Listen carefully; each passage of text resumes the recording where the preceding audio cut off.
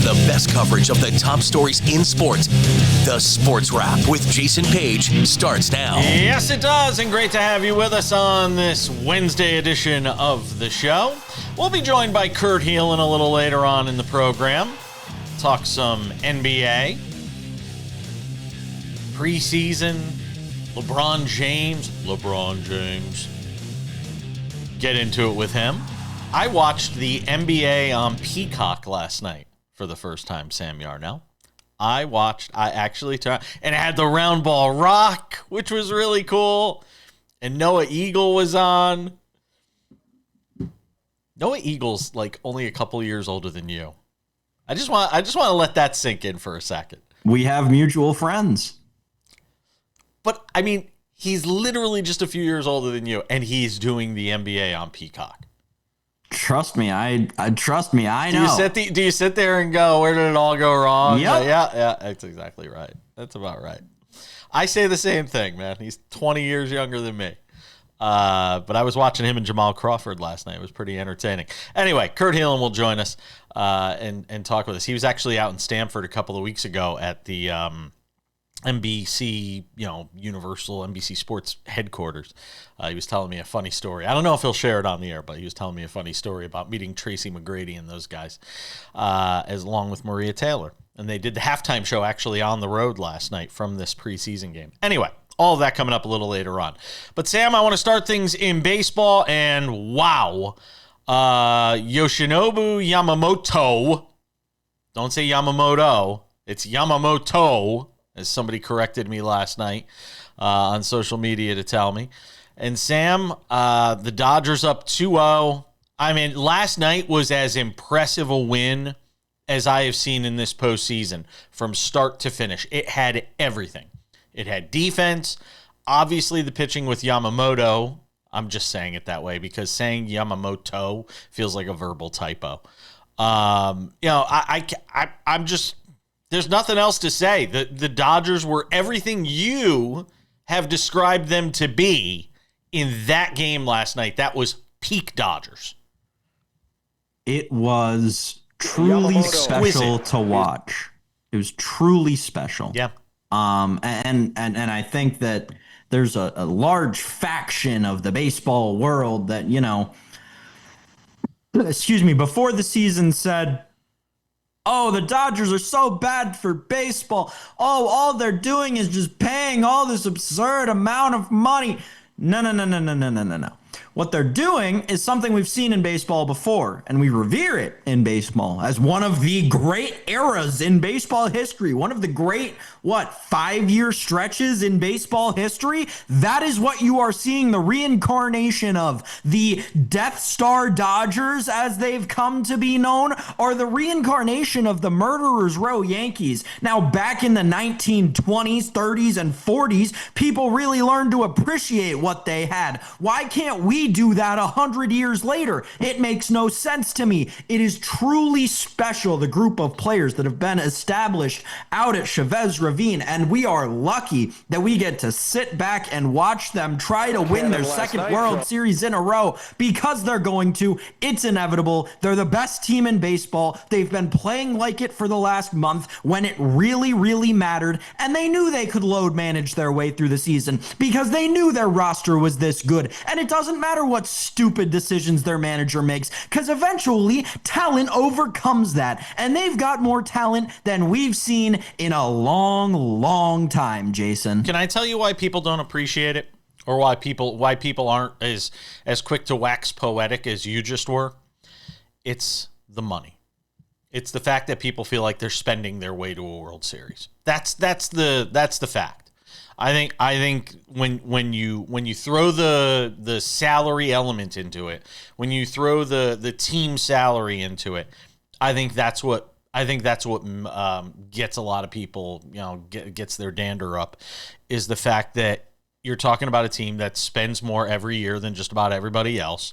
Maybe sans Steve Cohen in New York with the Mets, who clearly didn't get the ROI that he was hoping for, but I think that has a lot to do with why there is, I don't want to say animus towards the Dodgers as much as I want to say a lack of appreciation because people are saying, well, you should win. Oh, hold on. I want to do the Tommy Edman. You should win, a World Series when you spend as much money and the riches that this team has and the international the international guys, the Sasaki's, the Yamamotos, that they have brought in, that you should win a World Series when you have assembled that roster of talent, when you don't even start a future Hall of Famer in Clayton Kershaw who comes in mop-up duty. You should be able to win a World Series. I think that's where a lot of the angst comes from. But let me just say this real quick.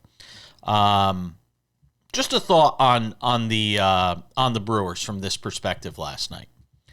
And this drives me bonkers.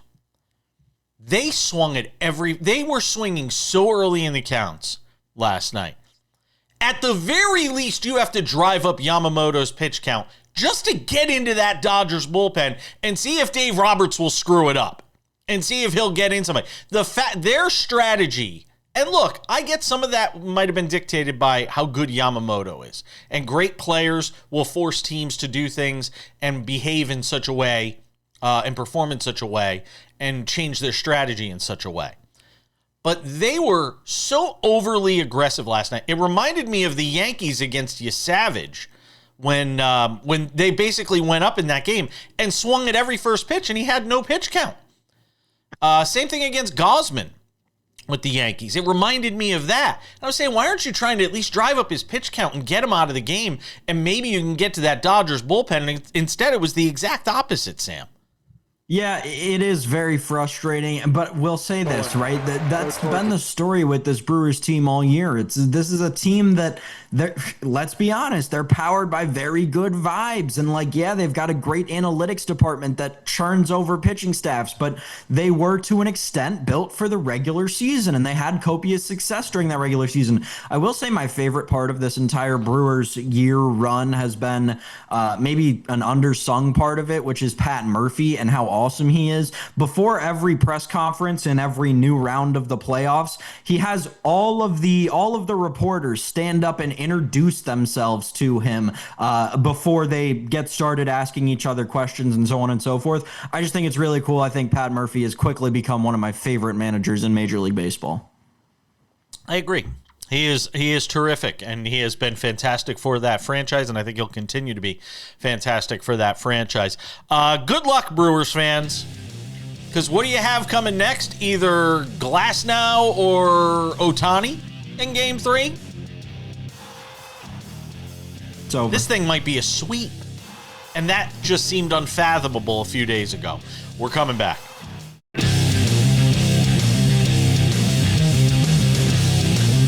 All right, let's take it to segment number 2 on the show.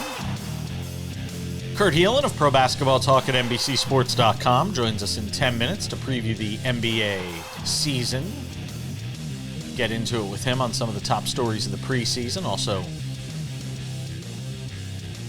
curious to see what he thinks of the chemistry. He got to meet the whole crew of the NBA on NBC. I'm looking forward to talking to him about that as well.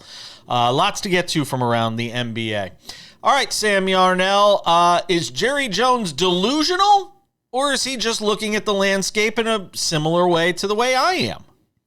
Jerry Jones says the Cowboys are still in it at 2-3-1 on the season, Sam Yarnell. So I ask you, is Jerry Jones right, or is Jerry Jones delusional? Is he delulu? So I'll give him this. The Cowboys offense has been there with the best of them so far this season. And, that needs to be recognized for what it is. He very much put together a team that was going to be fun and sell a lot of tickets. That said, they're giving up 30 points a game. Are they really? That's is that the the worst average in the league? They're giving up 30 points a game, 30.7 to be exact. And that's including a game against the Jets, by the way. It's mind-boggling. As good as I thought this defense, not good, as mediocre as I thought this defense could be after week 1. I mean, they've just been as bad as everybody thought ever since. Yeah, so no, this team is not close to contention. They are going to require a defensive overhaul after the departure of Micah Parsons. They're, in my mind, at least 2 years away from an NFC championship. They could make the playoffs next year because, look at the shape of the NFC, right? Anyone can make the playoffs in any given year. But no, Jerry Jones, at this point, we know what he's doing, and we're very much playing into his game of saying these brash statements, making these brash statements and assertions just to remain media relevant and just so that people like you and I will continue to say his name on TV, and that's pretty sad. All right, I'm going to take I'll take the other side of this, and I rarely ever believe in doing this. I used to have a boss who really holds himself in high regard, who thinks he's a really smart programming radio guy. And this guy used to say, all right, which side are you taking? You take this side and this person take this side. He wanted people to take sides, even if it wasn't authentic. I'm going to do something I very rarely do, and I'm going to, just for the sake of taking a side, I will take the other side of this. And when I take the other side of this, there is a rationale to come up with for why Jerry Jones believes his team is still in it.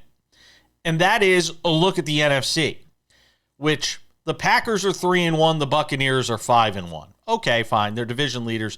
They're going to win their divisions. They're going to be in the playoffs. Well, maybe not the Packers, but certainly the Buccaneers. After that, though, everybody's got 2, 3, or 4 losses.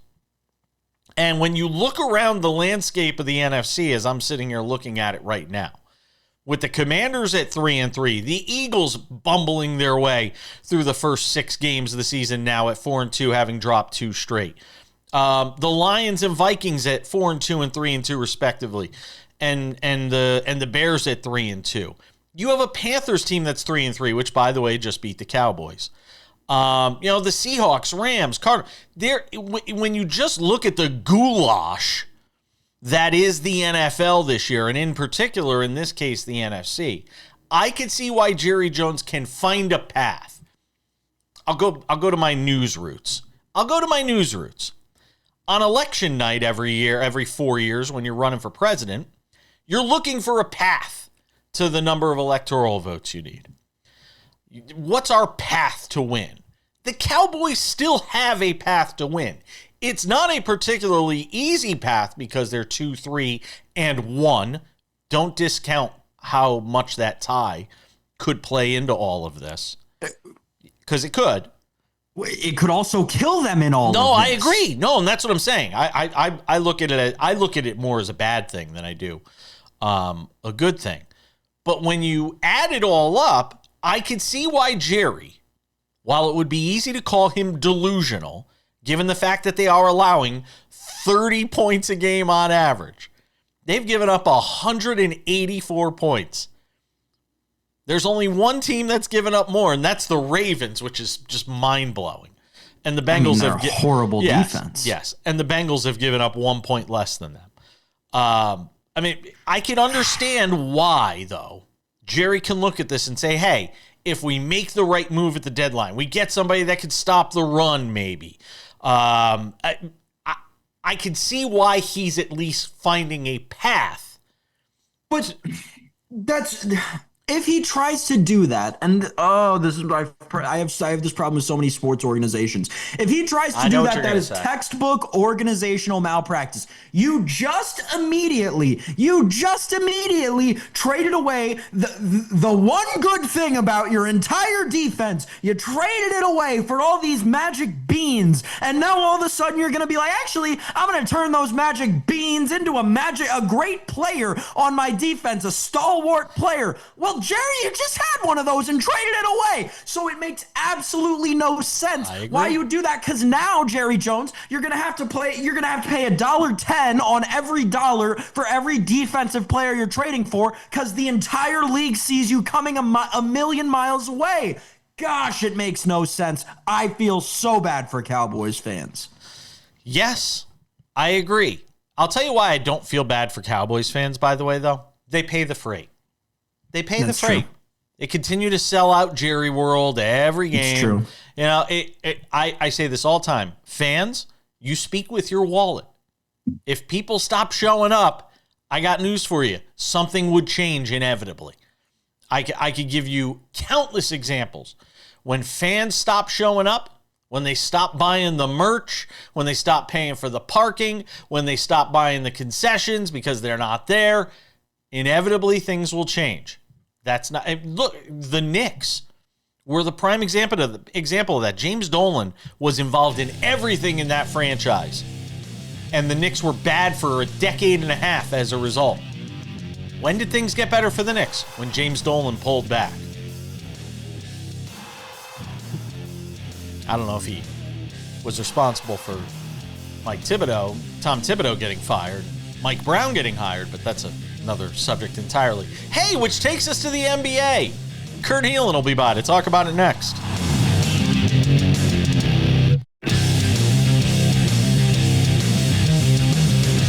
Thanks for being with us on this Wednesday edition of SportsWrap. I am so excited because it's a Wednesday on the show, and Wednesdays during the NBA season are made for this guy. There he is! Haven't seen him in months. Kurt Helin of Pro Basketball Talk at NBCSports.com is back, looking rested, relaxed. The season's about to start. The NBA on Peacock and NBC, which I got to tell you. So last night I texted Kurt to see if he wanted to come on, but I was also texting him because I turned on. I just happened to see in the listings, in the channel listings, that on Peacock they were having an NBA preseason game. And I was like, oh, I wonder if they'll do like round ball rock and all that stuff because it's a preseason game, or if they'll hold it back for, the regular season. And I turned it on and I got in just before the game started, and boom, there it was. Round ball rock. Noah Eagle and Jamal Crawford were on the game. It was the Thunder and the Bucks playing in Milwaukee last night. And I have to say, and I'm not just saying this because you work for NBC. I used to work for NBC. I have fond memories of my days working for NBC Sports Radio, and spent many a days in those Stamford studios on the NBC Sports campus. But I watched last night. I was impressed especially for preseason and just kind of getting their feet wet with the NBA. I was impressed with the quality. Noah Eagle obviously is fantastic. I thought him and Jamal Crawford were good together. I watched the halftime show. They had the whole crew at the game itself. Yeah. I enjoyed that. I mean, nothing bad to say about what I've seen from the NBA on Peacock in this preseason. I have to say, just internally, I'm excited about it. I like the production values, frankly, just simple things. Like I like the bug. The score bug just works, right? Like some stuff like that. But also there is really good chemistry between the crew, and they're getting the kinks out, working a couple of preseason games before they next Tuesday night. They will be split a little bit, but they'll be in Los Angeles and Oklahoma City to watch Kevin Durant watch the banner go up. That's fantastic. All right, let's talk a bit about some of the things going on in this preseason. I almost got you on when we got the news of LeBron. The sciatica is going to miss 3 to 4 weeks. How concerning is that? You're out there in LA. How concerning is that for the Lakers right now? Mildly. I don't think it's as concerning as people think. Anybody, you can ask your mother or grandmother about sciatica. They'll have the answers for you. But it's kind of what's pinching the nerve. They're working on getting him back during the season. But this really, if anything, just kind of speeds the transition. This was, from the moment they traded for him, it's Luka's team, right? And now, and this isn't necessarily perfectly built around him as a roster, but, they went and got DeAndre Ayton as a real center to go next to him. I think this just speeds the process. Luka looked really good in the preseason game he played last night. I think they'll be good. They just have got to get LeBron back and get him integrated. And it's just kind of a weird situation because it'll be the first time in ever that LeBron isn't the central focus of a team. And I don't think that's going to bruise his ego too much, but I'm curious what that ultimately going to look like on the court when they get everybody healthy. I know this is asking a lot to try and look this far into your crystal ball, but I'm going to do it anyway. When we get to the end of the season, is LeBron still on the Lakers? Yes. LeBron will play out. In fact, I'll say the same thing with Giannis. It's just too hard to trade $50 million salaries mid-season in a cap era, especially for guys who want to go to specific teams. Like he would want to go to New York or Cleveland again, and both of those teams are up against it. So those are summer moves now, unfortunately. The aspiration stuff that Pablo Torre started originally looking into, that the NBA is investigating. Now we've seen the story that the league knew about, the relationship between aspiration and the Clippers, the patch. They had to approve all of that. Where is this as the season gets ready to start? There's no way this investigation is put to bed before the season begins, right? Oh, no. In fact, almost the opposite. This is going to be, do you like long, dragged out investigations? Because if we got the thing, this is going to go on into the season. And if you told me it wasn't wrapped up till not long after the Clippers were somehow eliminated, whenever that happens, wow, that's on the table because of the distraction potential of this. They're not going to just cut Kawhi Leonard's contract out and turn him loose in the middle of the season. So I think I think that we'll. Do you think that could actually happen though? No, I don't. Well, let's put it this way: if they find enough, would they cut his contract after the season? Right. Yeah, maybe. Really? And frankly, the Clippers would be okay with that. They're ready to pivot out of the James. They went all in, and I can't blame them for going all in on the Paul George, James Harden, now Kawhi Leonard era. They went all in as they should have. It didn't work. Right? It just has not worked. They're ready to pivot. That was going to happen in the next couple of years anyway. But also, I don't think the punishment's going to be as extreme as people think. I just got a feeling this is going to be ultimately a bunch of billionaires slapping the wrist and saying, hard enough that other people don't do it, but not so hard. Well, that's what I was going to ask. Are other teams around the league cringing, watching this investigation from afar? It's a small fraternity. Everybody knows what's going on inside the NBA and inside, ownership groups and things like that. But are other owners cringing, saying, okay, they're going after them now, or are they coming after me next? Well, you didn't. Here's their concern. You didn't monitor this contract between your sponsor, who sponsored a player. You didn't get in the middle of the player, partner sponsorship deal. You've got to start doing that. A bunch of owners don't want to be there. But I'll also tell you that there's a whole lot of agents and players watching this going, if the fine is a second-round pick, hey, man, I want to do more than just use the owner's Maui house on the week, 1 week a year. Like they're worried that teams are worried that this starts to spin a different way. So they've got to find a line of making sure this gets slapped down. While I don't think they want to set precedents they themselves don't want to follow in the future. Yeah, because I just wonder, if you're the NBA, if you send the wrong message here, if you don't punish it harshly enough, are teams just going to say, hey, a minor penalty or a fine, $1 million or whatever, the most is they can fine a team. If teams just say it's worth it to circumvent the salary cap. Look, when Jalen Brunson and Pablo Torre and Mark Cuban talked about this the other day, with the Jalen Brunson contract, they got called out on tampering with Brunson when they got him. The fine was a second-round pick, and the rest of the league went, I can get a superstar for a second-round pick? Done. Yeah. And so they can't go down that road. They have to make this one harsher. Kurt Helin, Pro Basketball Talk at NBCSports.com. He's going to hang with us for one more segment because I want to talk about some on-the-court stuff as we get ready to start the season. Lots more to do. Don't go anywhere.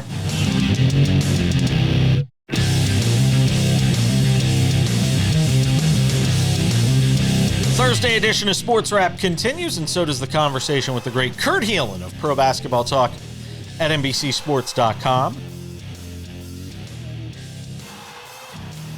I want to ask you something real quick before I get to the on-the-court stuff and just get your opinion on this from someone, as an insider, somebody who covers the league for a living. Major League Baseball had a real breakthrough this year with audience, ratings up, attendance. Everything seemed to really break right for baseball. Now they've had a great postseason. Especially for us Dodger fans. Especially for Dodgers fans. I know. I'm texting Kurt about what's going on the basketball broadcast on Peacock. He's like, I don't know. I'm watching baseball. I'm like, what? Why am I the one watching basketball right now? Also, my daughter and wife were in the room, so I no longer control the television, and so it was Dodgers. But here's the question, real quick. What can basketball do?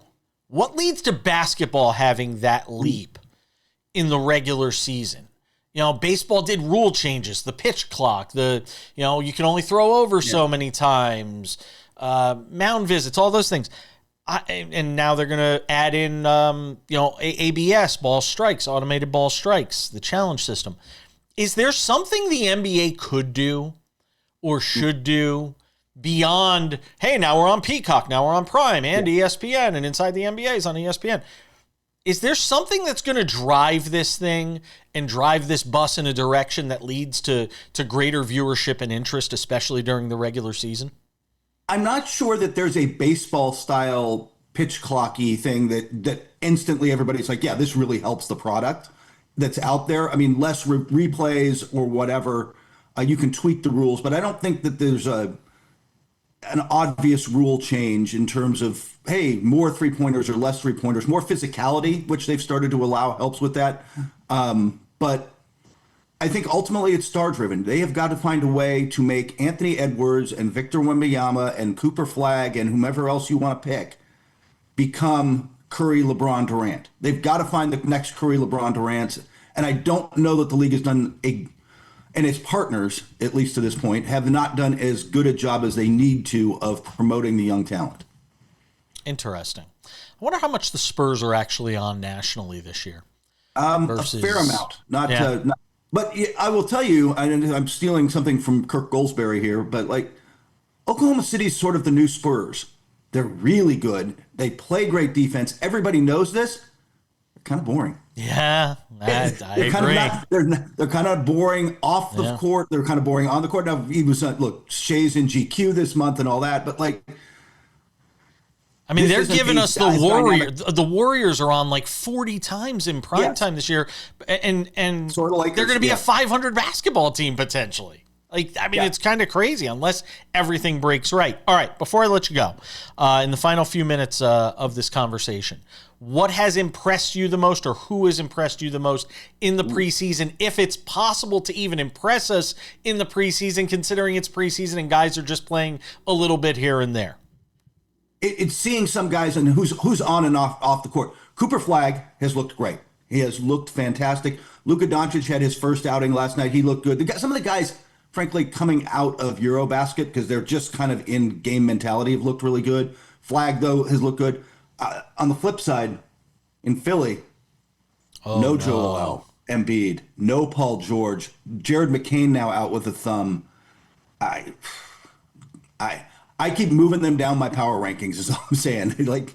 I need to see them healthy, and we haven't, and we won't for a bit. Could they be a non-playoff team? Could they miss the playoffs again? If Embiid and George aren't healthy, yes, they could. Or they'd be battle. It's the East. They might be at the back end of the play-in. Because look, Tyrese Maxey's really good. He's an all-star. Jared McCain's coming around. VJ Edgecombe has looked good and looks like the real deal. He and Dylan Harper have looked like the real deal this preseason too. They've got a great backcourt that probably in the East gets them into the play-in, but they're not a threat without Joel Embiid and Paul George. What do the Rockets look like with Durant so far? They've looked good. They are still trying to figure out the backcourt. Not having the glue that is Fred VanVleet to kind of set everything up and just keep it together. They've got Reed Shepherd a little in that role. They're moving Amen Thompson over to the point guard. He's phenomenal, but that's not necessarily his natural role. So there's some learning curve there. But that's still a very talented, very dangerous team. How about Boston and the Pacers in the East? Man, I'm just gonna say, fantasy people, Nembhard and Mathurin out of Indiana, they've looked really good. They got thrust into larger roles, but they've looked pretty good doing it. And Boston's gonna be okay. They've still got Jaylen Brown, they've still got Derek White. They're gonna be good, just not contender good. Do the Pistons take that next step? I have a weird feeling they plateau a little, but they are capable of it. They are poised to do it. I just have a weird feeling this is a little bit they're not a huge step back or something, but progress isn't always linear, Jason. And my Knicks? They're contenders. And by the way, Mike Brown has them looking. Look, there was ball and player movement. And by the way, it turns out there are 8, 9, 10 players on the bench that you can play in any given evening. So some of that stuff looks good, man. Look, it's them and the Cavs. They're like clearly the two best teams in the East, and it's going to be interesting to watch how they kind of evolve over the season. Yeah. How about, can I throw one more at you in the last 30 seconds? What's going on in Memphis with the Grizzlies? Because they've had a lot of injury problems the last couple of years, keeping Ja Morant on the floor. What do the Grizzlies look like to you? Banged up already. Their entire front line. Zach Edey, Jaren Jackson Jr., I'm going to go blank. Brandon Clark, already all banged up. Somebody else on that roster, I'm going to go blank. So it's now still kind of Ja Morant against the world, and that's just tough in a West with no margin for error. They are in that mix. There's a big mix in the middle with teams like the Lakers and the Warriors and the Clippers. You got to be healthy. Kurt Helin, Pro Basketball Talk at NBCSports.com. The season starts next week. I can't wait to talk to you throughout the season. Thank you, my friend. I'm looking forward. We're coming back.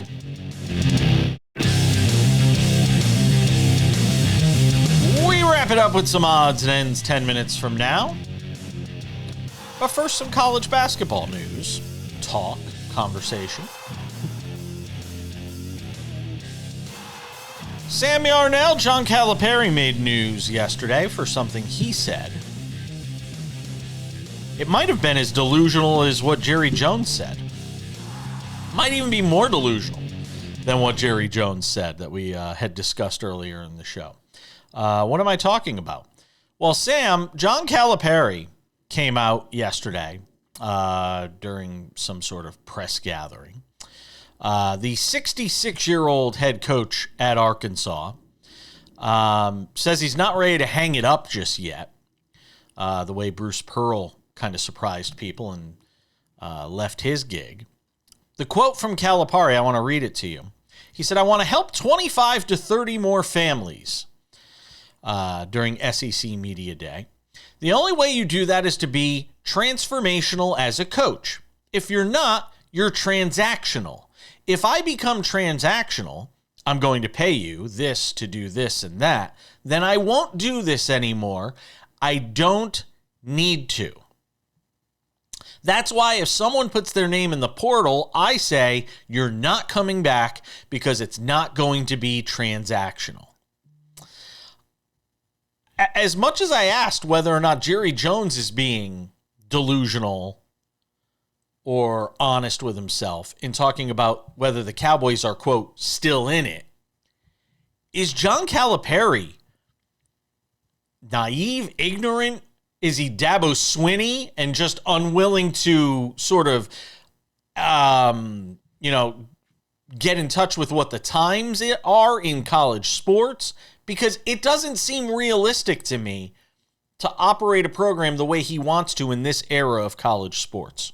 But it's the way that we're accustomed to him running it, right? What has John Calipari been so good at Kentucky and, now at Arkansas? It's that he's the most effective coach at the one and done. The Kentucky one and done was an art form while he was there. Think about all the NBA greats that came out of that Cal one and done system at Kentucky. And now the era of college basketball in which we find ourselves is one where teams that make the Final Four are built out over 4, if not 5 years through the transfer portal, through, a couple of homegrown talents. But every year, once we get to around the Sweet 16, they show that graphic always comes up with the starting 5 for all 16 of the tweet teams. Yep. It always goes viral and what college they started at. Mid-major college basketball has reached a point where it feeds high-level college basketball more than ever. And John Calipari is just saying he's so good at going into high school families around the country and recruiting them to come play their one and only year before they go to the NBA at Calipari's school, wherever it may be. He doesn't now also want to have to worry about doing that exact same thing for the 100 and whatever mid-major schools there are around the country in, Long Island, New York, or the middle of nowhere in Illinois, right? He doesn't want to have to worry about recruiting that entire section as well as the part that he's already good at.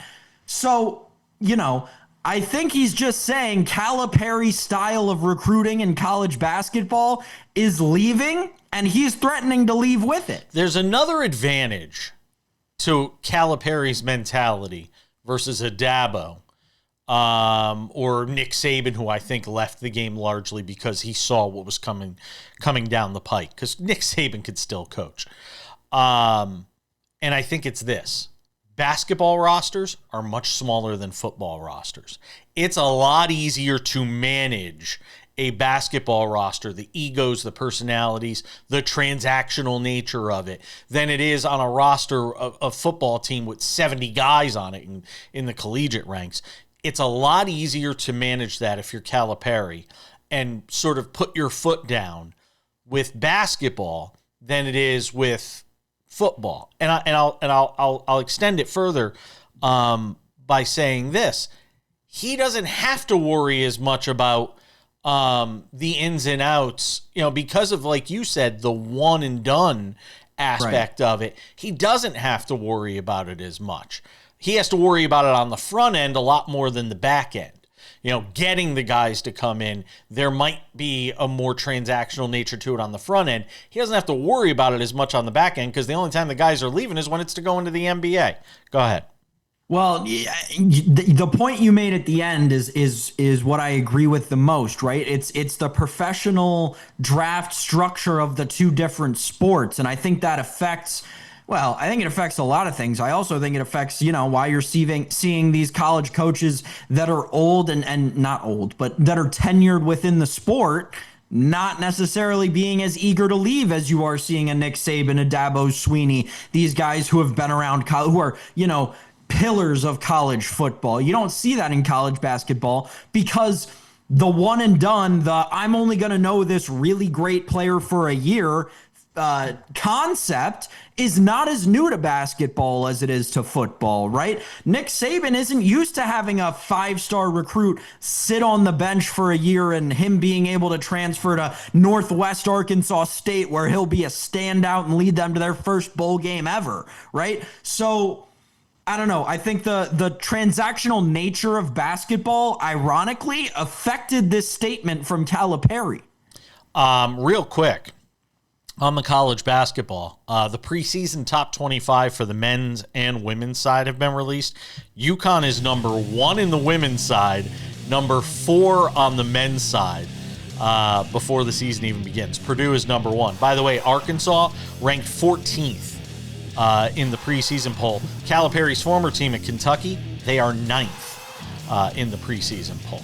Going to be a lot of fun talking college basketball throughout the season. We're looking forward to that. But when we return on this Wednesday edition of Sports Wrap, some odds and ends. Don't go anywhere.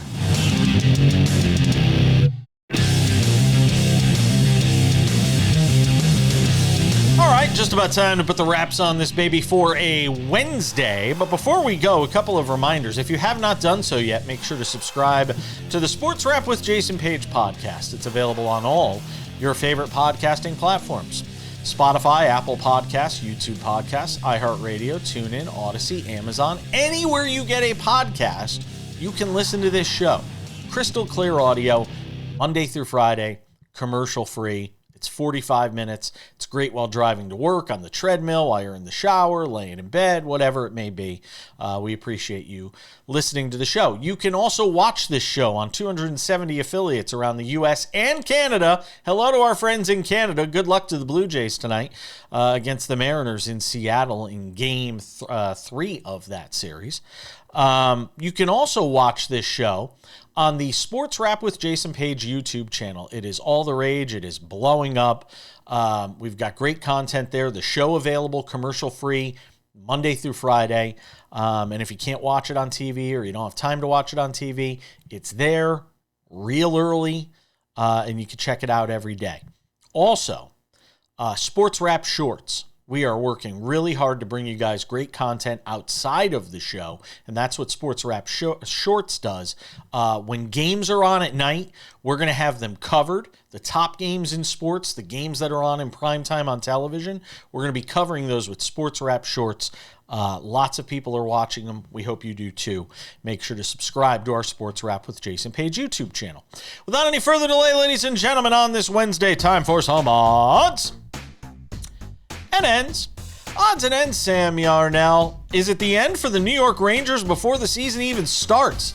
They've lost 3 games at home. They haven't scored a goal in a single one of them. How is that possible?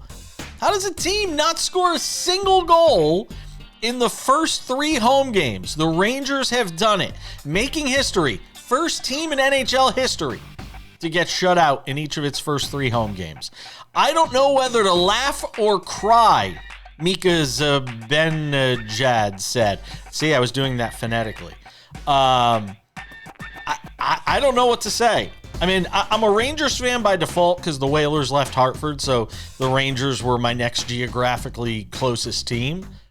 But I mean, you go and bring in a new head coach, good vibes, and you get shut out in the first 3 home games. New York is not a happy place to be right now, by the way, between the Rangers, the Islanders, the Giants, or at least the Giants have a little bit of hope, the winless Jets. Yeesh. Yeah. The Islanders, by the way, winless. This is not a great time to be a New York hockey fan. We kind of talked about this with Dennis Bernstein before the season started, but I mean, New York bad hockey town? People are starting to talk about that. I mean, New York bad sports town? Let's just melt the ice. Let's just melt the ice and turn it into a giant puddle. We could cry our tears into that puddle if we're Ranger fans right now.